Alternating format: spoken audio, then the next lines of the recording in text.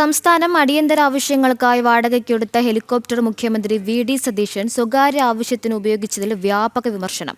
Helicopter വാടകയ്ക്കെടുത്തതിനു ശേഷം ഇതാദ്യമായാണ് ഒരു മുഖ്യമന്ത്രി സ്വന്തം ആവശ്യത്തിനായി ഉപയോഗിച്ചത്.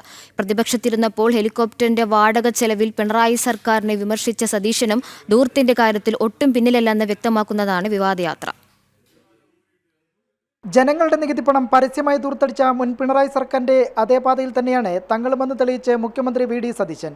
സംസ്ഥാനത്തിന്റെ അടിയന്തര ആവശ്യങ്ങൾക്കായി പൊതുഖജനാവിൽ നിന്ന് കോടികൾ പൊടിച്ച് വാടകയ്ക്കെടുത്ത ഹെലികോപ്റ്റർ മുഖ്യമന്ത്രി സ്വന്തം ആവശ്യത്തിനായി ഉപയോഗിച്ചതിന്റെ വ്യാപക വിമർശനമാണ് സംസ്ഥാനത്ത് ഉയരുന്നത്. ചികിത്സയിൽ കഴിയുന്ന ഭാര്യാപിതാവിനെ കാണാനായിരുന്നു സർക്കാർ വാടകയ്ക്കെടുത്ത മുഖ്യമന്ത്രിയുടെ ഹെലികോപ്റ്റർ യാത്ര. പ്രതികൂല കാലാവസ്ഥ കാരണം വിമാനമിറക്കാതെ മടങ്ങേണ്ടി വരികയും ചെയ്തു.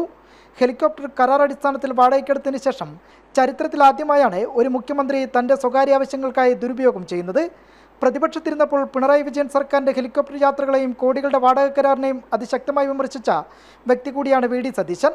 മുൻ സർക്കാരിൻ്റെ ഹെലികോപ്റ്റർ ചെലവ് ദൂർത്തിനെതിരെ നടത്തിയ വിമർശനം സതീശൻ ഭരണത്തിലേറിയപ്പോൾ ജനത്തെ പരിഹസിച്ചുള്ള അതേ ദൂർത്ത് തന്നെ ആവർത്തിക്കുകയാണെന്ന വിമർശനം കൂടിയാണ് ഇതിന് പിന്നിൽ.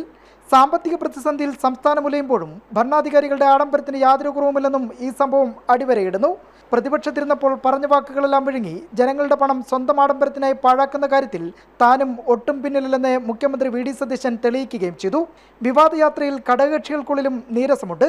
മുൻ സർക്കാരിനെ ഹെലികോപ്റ്റർ ചെലവിന്റെ പേരിൽ വിമർശിച്ച വി.ഡി. സതീശനെ ഇതൊഴിവാക്കാമായിരുന്നുവെന്നാണ് ഘടകകക്ഷികൾക്കുള്ളിലെ അഭിപ്രായം. ജൂലൈ 31-നായിരുന്നു മുഖ്യമന്ത്രിയുടെ വിവാദയാത്ര. ജനം, തിരുവനന്തപുരം.